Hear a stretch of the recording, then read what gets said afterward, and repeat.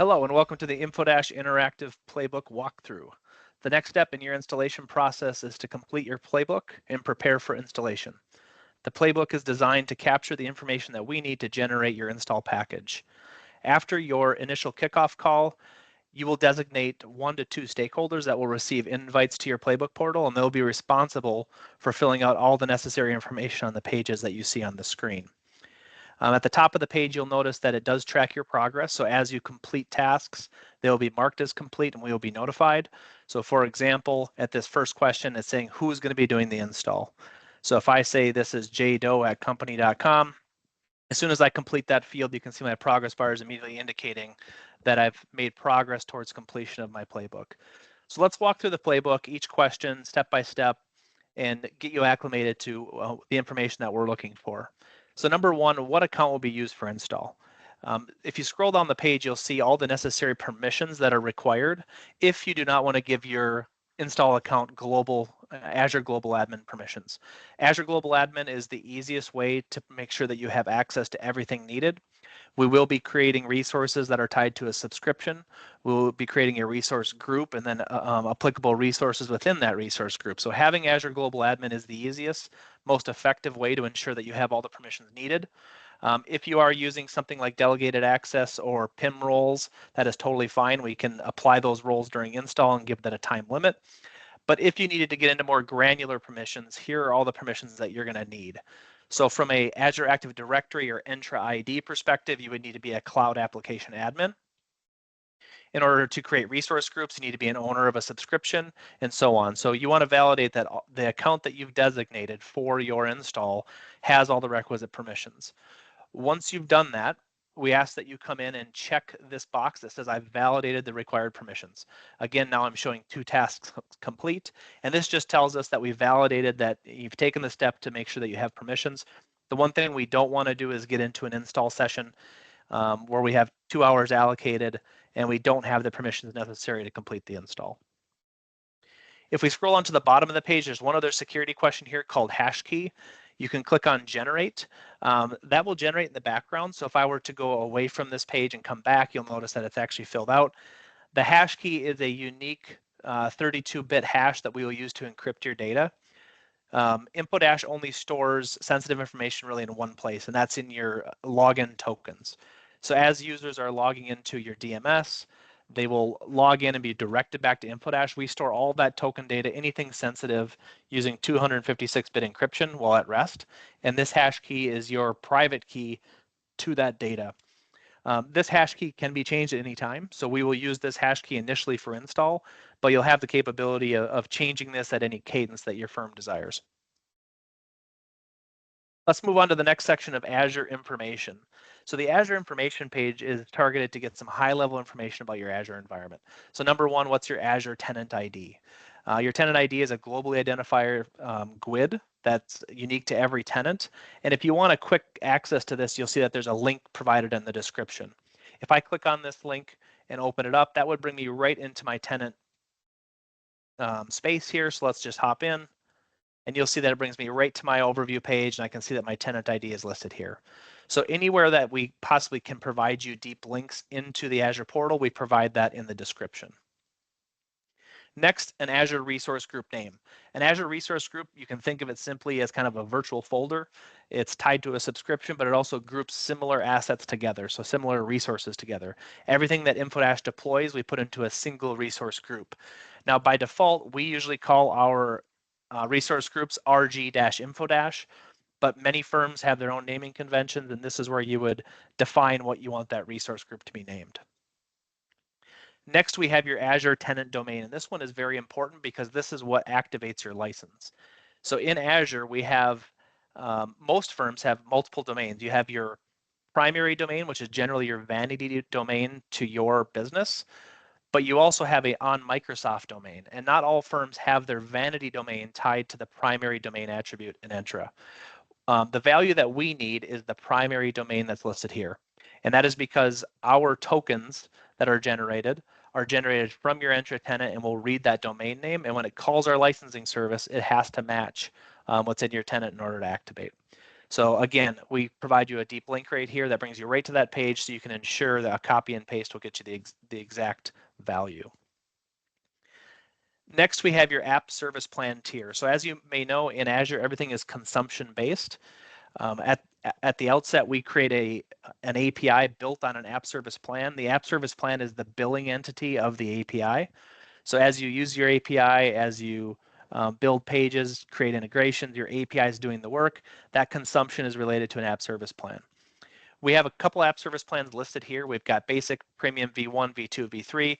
These are all just different scales of the resources that you have available to that app service plan. We recommend V1 here, which has been renamed in Azure itself, but you can select V1 here and we'll do the mapping for you. But ultimately, you're looking at about $85 a month for this plan. And most firms never have to leave this plan. This is a pretty robust plan to get you what you need from a standard integration standpoint, and it's a great place to start. One thing to note about the app service plan is that, like everything else in Azure, it is elastic. So if you get into Premium V1, you get down the road and you realize, hey, I need some more compute or some more resources, we can scale this plan up or down at any time. Next, we have your deployment region. So your deployment region is what region of the United States or other countries that you're going to deploy these assets. And in general, you want to pick the region that's closest to the majority of your users. Now, it's likely that you already have Azure resources and that you kind of know what that region is, but feel free to select whatever region is closest to you. Next, we have our app service plan name.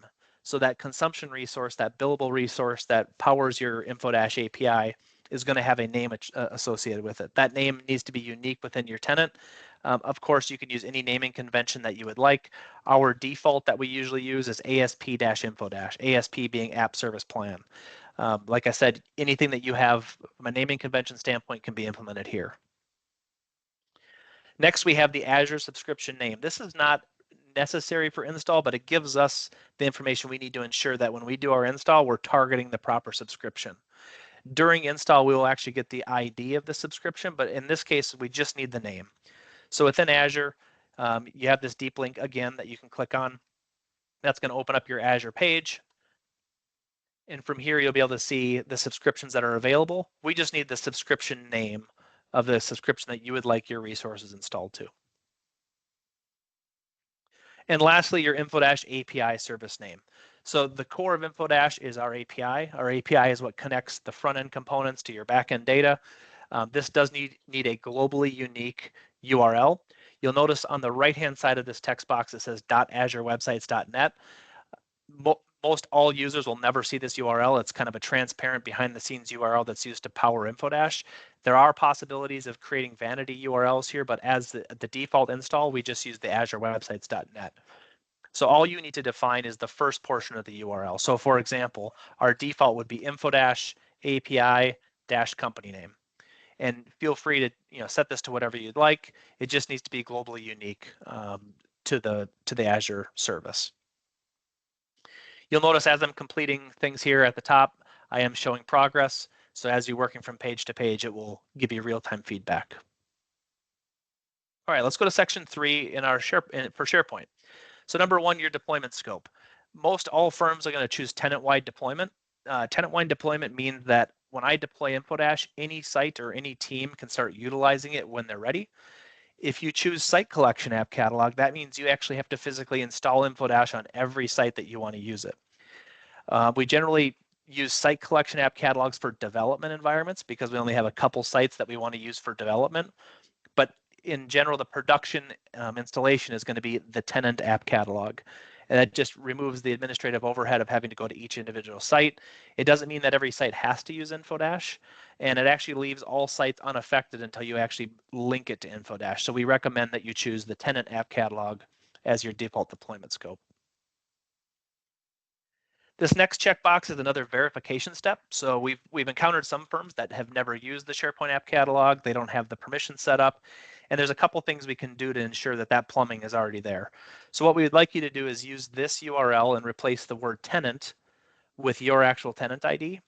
And by going to this URL, it's going to do some things in the background that's going to ensure that your app catalog is ready. So once your app catalog is displayed and you see everything there, you can come back here and check this box saying that you've done that step. Similarly, here with the app catalog permissions, we want to verify that you are an admin of the tenant app catalog.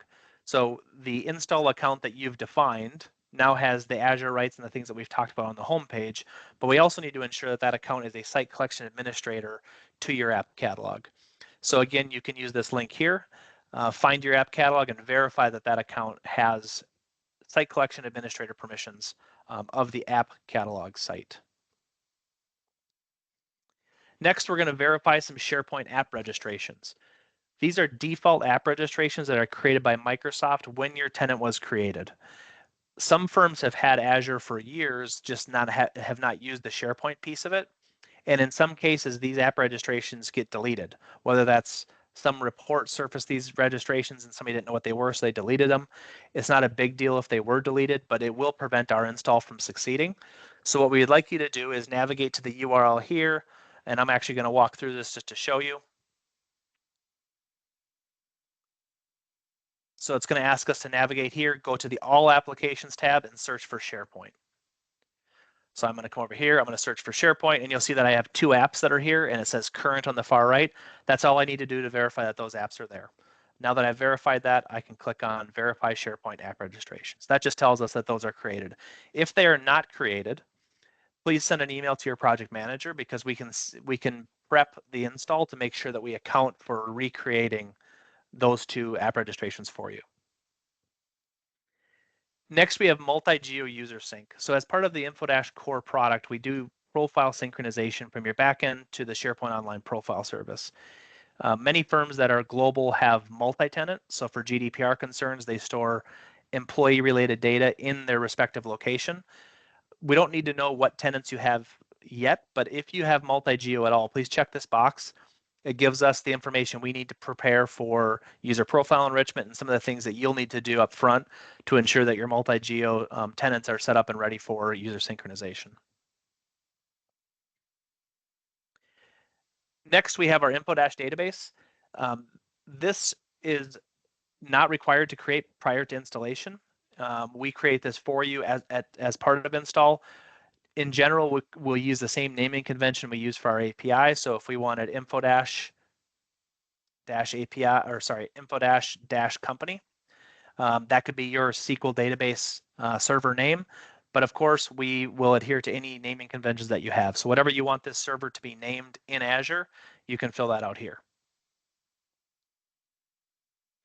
Step 5 talks about hybrid connectivity, and this is only required if you do not currently have a site-to-site VPN from your Azure tenant to your data center, or you do not have ExpressRoute dedicated pipe from Azure to your data center. Hybrid connectivity is what allows our API to connect to your on-prem data if there's no virtual tunnel that exists. So if you have an Azure tenant that has no connections to your on-prem data, but you want to surface data from a SQL server on-premise, we need to set up hybrid connectivity to allow that connection to happen.